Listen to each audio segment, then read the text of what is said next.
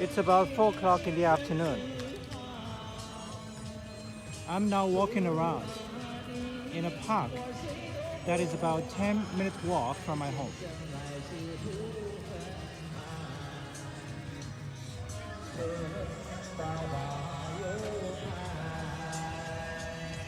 This is a park that serves some neighborhoods in this area. It's not one of the famous parks in the city, but you get to see similar things. This is what you can also see in any other big park in Shanghai, in downtown area. People are singing. Sometimes you see people doing their square dancing.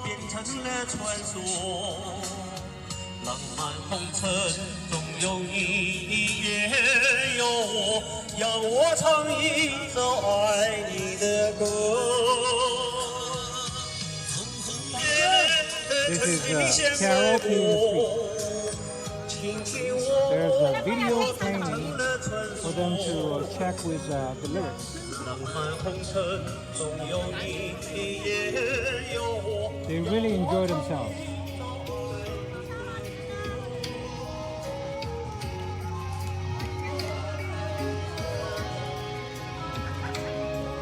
This is the public breathing space for all the folks who live in the neighborhood around here.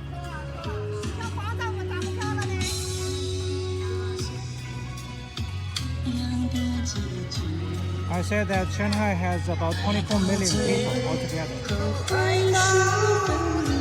among which 14 million are Shanghai natives,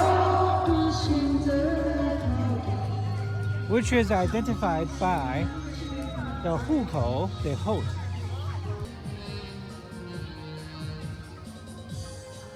Here is the dancing. You can see there are actually some residential buildings over there. Have a look. This is just one street away from some of the buildings in that neighborhood.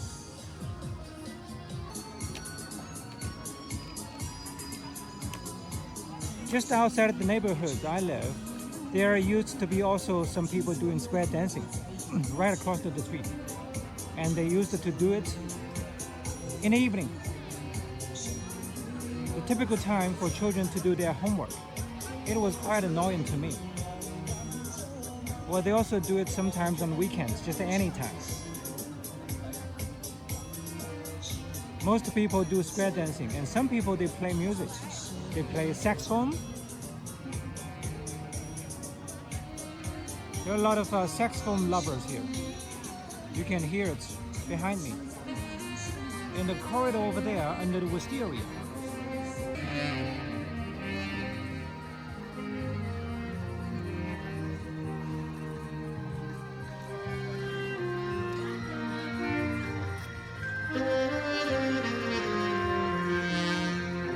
There are some old folks over there playing the chess,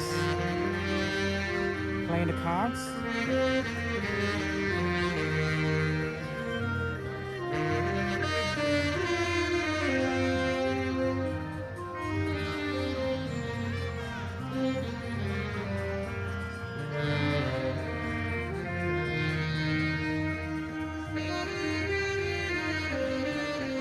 Little baby with his or her grandfather.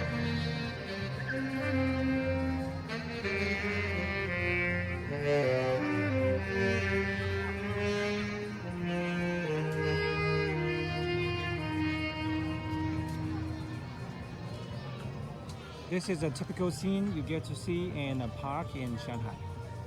In a park in most of the cities across China.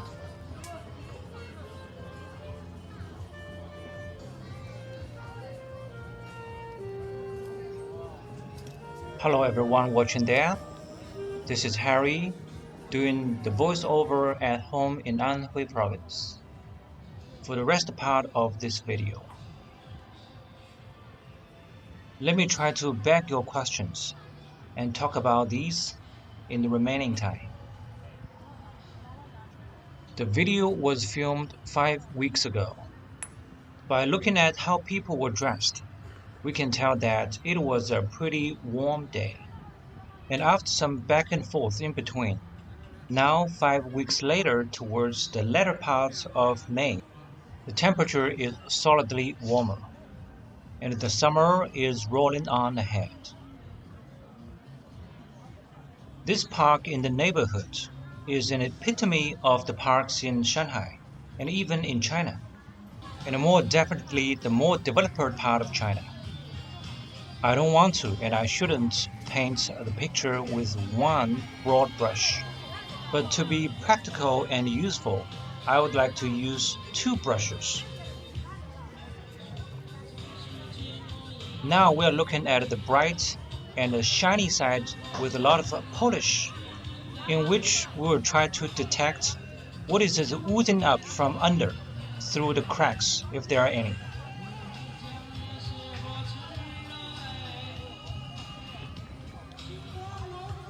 Let's call the clumps here the corner of chess and cards. People here are mostly men in their old age, however also blended with some mid-aged. This corner is composed of retirees and middle-agers, either without a job or on their day off. There are both Shanghai citizens and non-local people, whose proof is holding a hukou book, the Chinese characteristic household registration book, that is not issued by the Shanghai Local Public Security Bureau office. For someone like me who grew up in Shanghai, I can tell at my first sight who are the locals and who are not. And for people like you who don't have the same experience, it's impossible for you to do the same. This wagon is selling a variety of popcorn in different shapes, different materials.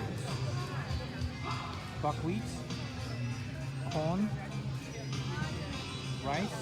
But it won't be too hard for you to point your finger at this man on the wagon, saying that he is a non-local farmer. I see an interesting harmonious mix-up here. On one side, the Shanghai man, when they reach 60, can retire and can ever since live on their pension comfortably without much to worry if they don't get bogged down on any costly things or unluckily afflicted by any severe, tricky ailment. Well, on the other side, in the camp of the migrant workers, they have to toil to begin with when they are younger, simply because they were born in such a family, and keep sweating when they are old, as their pension, often averaging only the fraction of their city cohorts, is too meager to support their life. The chess player on the right is wearing a uniform of a security guard, a very common numerous job to do for people without any educational background or skills. They're anywhere in big cities across China, at the entrance of any space with a gate. Also, a lot of old folks from the country are in the city to live for the sake of their children. They help babysit, clean, cook with all sorts of chores. And a public square, a greenery, or a park like this one is where they like to be in their free time. Nevertheless, when you think of the notion of hukou in China, it's beyond amazing to think that people of two different classes with totally different social treatments can coexist pretty well. While this is only possible where people have no idea about another outside world, about the civil rights, or in one word, in an intelligently hermetic environment. This is not to say they are just content. As a matter of fact, people of both groups grumble and whine once every while, as the only difference in the intensity of being underprivileged. Believe me, there is no happy man or woman who is not somehow able to think and reason freely and logically. However, they have different crutches to justify their fine being. Basically, one less underprivileged argues that there's no place in this world, quote unquote, being absolutely equal, while the other just thinks, for what should you be fuzzy, given the status of living at relative ease of the elbow grease of another? This is a scene where people playing Chinese chess. It's a game similar to chess, of course with more Chinese characteristics. You have to employ machinations on one hand, and on the other, frequently bluff, verbally and physically in particular. I don't know whether and how these are specified in Art of War. When there are stronger enemies out there who you are not very confident in defeating, bluffing is a good way. Externally, it can frighten most of the cowards into your own use. Internally, ranks can be closed, and the self-born scourge can be averted in a banner of patriotism against a common enemy who you are told is coming at you with the intention to humiliate and destroy you. Since bluffing seems to be such a good resource for them to tap, why stop? However, in the end of the day, there's a heavy cost that comes at the far end. But in an uninformed place, this process is much longer and torturous.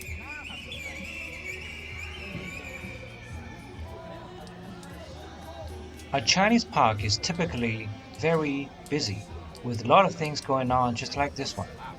The Fuxing Park, in combined Chinese and French style in the former French concession area of Shanghai, is usually considered one of the most civilized parks in the city. Yes, civilized, as there is actually a plaque stuck at the entrance to this park that says "A civilized park" in 4 stars. I will show you the Fuxing Park in another upcoming document tour. It's interesting to see on one hand the player on the left is polluting the sphere of the chess in 2 ways. While on the other hand, people in and around the game don't seem to be bothered at all. Of course they are not. If they are, like me for one, I wouldn't have been there, or they would have been just scared away at an earlier time. This is a paradox. People who are in the center of the game are those who either believe in or don't mind being in the game. Whereas people who don't appreciate and have seen the whole shebang of the shortcomings may well have left the game. A common mistake made by people in a higher state is that when they look at the people in a bad game, they suppose they are just innocent, easily ignoring the signals in people's actions and words, which suggests they actually have a piece of faith in it. Thanks for watching, everyone. I like to bring people in episodes in front of you to demonstrate a lesson of humanity. There's a lot more exciting stuff coming up. Stay tuned. See you next time.